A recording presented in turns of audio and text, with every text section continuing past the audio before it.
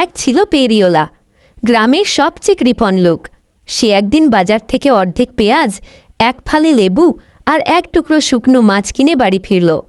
তার বউ রেগে গিয়ে বলল, এই দিয়ে রান্না হবে না তোমার মাথায় ভুনা হবে? পেরিওলা বলল, আমি তো ভেবেছিলাম তুমি আমার ভালোবাসায় পেট ভরাবে।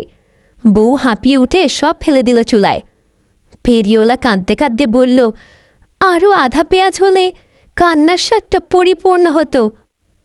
শেষ দৃশ্য, পেরিওলা বসে কাঁদছে আর বউ পেছন থেকে ঝাড়ু নিয়ে তাড়া করছে। পাশের গ্রামের লোক হাসতে হাসতে বলে, এই পেরিওলার বুদ্ধি থাকলে পেঁয়াজ দিয়ে মিষ্টি বানাতো।